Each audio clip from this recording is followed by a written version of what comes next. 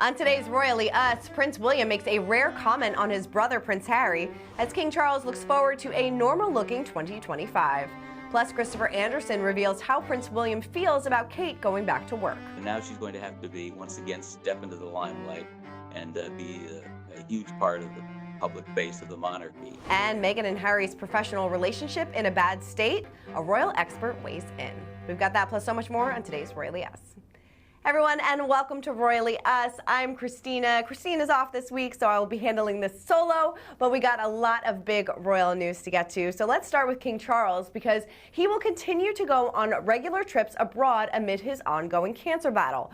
A Buckingham Palace spokesperson confirmed in a statement to Hello Magazine on October 26th, "We're now working on a pretty normal-looking full overseas tour program for next year, which is a high point for us, knowing that we can think in those terms." Now, the spokesperson added that Charles genuinely loved his recent 10-day tour of Australia and Samoa with his wife Queen Camilla, as it lifted his spirits and his mood and aided his recovery. Despite the demands of the tour, the spokesperson said it was the perfect tonic for Charles. They added, "I think it's a great testament to the King's devotion to service and duty that he was prepared to come this far. He was incredibly happy and very, very determined to do so." We love to hear that this trip really invigorated his spirits. Probably he was like, okay, I can do this, I feel ready, and I love to hear that it's going to be a normal-looking travel schedule for 2025. You can only pray and hope that it stays that way, but it seems that definitely things are on the upswing for the royal family in terms of health and getting back to a normal routine, so we love to hear it. All right, well, Prince William made a rare public comment about his brother Prince Harry following years of tension between the royal siblings. In a newly released promo clip for his upcoming documentary, Prince William, We Can End Homelessness, which was uploaded on YouTube, the future King of England recalled a shared childhood memory. He said how his late mother, Princess Diana, took him and Harry to The Passage, a UK charity supporting those enduring or at risk of homelessness, which became an eye-opening childhood experience for him. He said, "My mother took me to The Passage. She took Harry and I both there. I must have been 11 at the time, maybe 10. I had never been to anything like that before, and I was a bit anxious about what to expect." He shared that the experience made him aware of how privileged his upbringing was and forced him to acknowledge that not everyone's life is like the one that he was born into. He added, "My mother went about her usual, making everyone feel relaxed, having a laugh, and joking with everyone. I remember at the time kind of thinking, well, if everyone doesn't have a home, they're all going to be really sad. But it was incredible how happy an environment it was." He added, "You know, when you're quite small, you just think life is what you see in front of you, and you don't really have concept to look elsewhere. It's when you meet people, as I did then, who put a different perspective in your head and say, well, I was living on the street last night, and you're like, whoa, I remember that happening." Now, this documentary will be screening in the U.S. beginning on Friday, November 1st. It was announced on October 28th that in the U.K. it will air on ITV and stream on ITVX over 2 nights from October 30th to October 31st. So a lot of people are saying that this is the first time he's really brought up Harry's name since 2020 when they left the royal family. I mean, he was just kind of recounting a childhood memory. I feel like people definitely stretch this a little bit, but it is nice that, you know, he has those fond memories, especially with his mother, who was such an advocate for homelessness, and he's really kind of taken this on, and he's created this 5-year project, and he's doing some really good work. So looking forward to seeing that documentary. All right, well, actress Dobrev and model and TV host Heidi Clum are bringing their star power to Prince William's annual Earthshot Prize Awards. The two will be joined by entrepreneur, rapper, and actor Toby Nigwe and model and beauty entrepreneur Winnie Harlow to announce the 5 winners for each category in Cape Town, South Africa on November 6th. It's right around the corner. Heidi said, "As someone who uses my platform to advocate for a better future for our children, I am deeply inspired by the Earthshot Prize's ambition to find and support solutions for a healthy planet. I'm so happy to be part of the incredible evening the Earthshot Awards has in store to celebrate innovators and encourage our youth to be part of building a better future." Dobrev also added that as someone who cares deeply about the health of our oceans, I've been so inspired to see the Earthshot Prize focus on identifying solutions across Africa and around the world that will help ensure these vital ecosystems and protected for generations to come.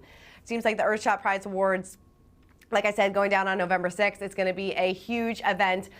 Much like other years, it's in Cape Town, South Africa. Last year, it was in Boston. So it's nice that, you know, this is definitely a worldwide event, and it's something that Prince William is definitely very passionate about. So excited to see the big event in just a couple weeks. All right, well, let's spill some royalty. And Prince Harry and Meghan Markle's professional relationship is in a very bad state. This is according to a royal biographer.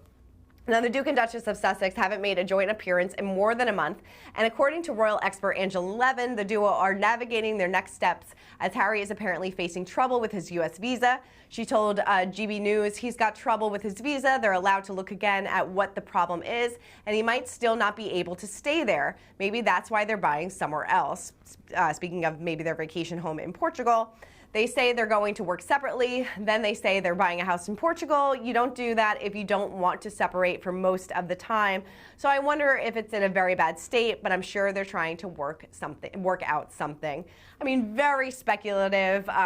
People always have something to say about Meghan and Harry. Yes, they haven't been seen in public together in a while. They're kind of focusing on their work at the moment, and maybe they just don't want the noise and the drama to follow them. Maybe they're just trying to concentrate on their work, but definitely a speculative comments. All right, well, let's break down the royal rules. And in this week's cover story, the Princess of Wales is getting back to work and feeling stronger every single day. Well, we sat down with Christopher Anderson to see how the princess feels and how William is by her side every step of the way. Do you feel like Prince William is encouraging her to take things slowly? Is he encouraging her to get back to work? And what did he understand if she wants to take a back seat? I think William has always let her decide. I mean, obviously, in this particular situation, he is not going to push her into doing anything that she didn't want to do. And he didn't before her cancer diagnosis. He took the same attitude. He never felt the criticism of her was fair. He knew that she was a hard worker, but he also knew that her focus was family. And prior to that, the rest of the royals really, most of them have never had that kind of hands-on relationship that she does with the kids. I mean, all three children, they go to school, they come back, and they spend time with their parents the way an average, suburban family would. So, well, somewhat as close as you can imagine the royals. Things at that point, but she wanted them to have something akin to a normal childhood. And she doesn't want this to change things. And don't forget, the entire announcement that she had cancer in the first place that was a stunner, as you may recall, with all the disasters and elections going on in the world. And yet, when she made that video announcement that she was being treated for cancer, everything stopped. She was, I think, surprised at the outpouring of concern for her. But the timing of that particular video was pegged to what impact it would have on the children. She wanted to make sure that school, she was afraid that if she made that statement that the kids would then become victims of bullying or gossip or rumors, and she didn't want that. She wanted to have them at home when she made that announcement to the world that she was suffering from cancer. So that's her priority. It will always be her priority, and I think I don't think William begrudges her that at all. As a matter of fact, I think he's very grateful that's her approach. It's always family first for her. It always will be. Right, and him too. I mean, he has a responsibility, but obviously he's in the past has been he wanted to be an air ambulance pilot for many years. He was careful not to step into his royal role until he absolutely had to, frankly. And he was established. His family was his relationship with Kate was already there. For more on the cover story, make sure you pick up this week's issue of Us Weekly. All right, well, let's wrap it up with our pint-sized palace. And Hello Magazine reported that Prince William was asked in his documentary when he felt would be the right time to discuss homelessness with his 3 children. He reportedly said, "I am probably already doing it on the school run.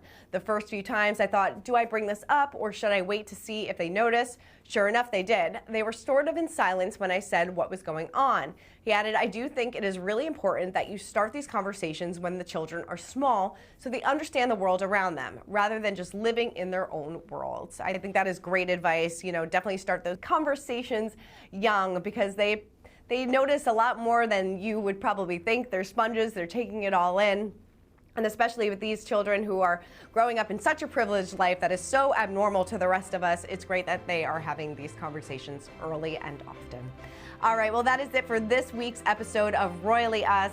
Lots of diverse royal stories and some uplifting stories as well. So glad to see the royals are on the upswing. All right, well, keep commenting, keep subscribing, and Christine and I will see you next week.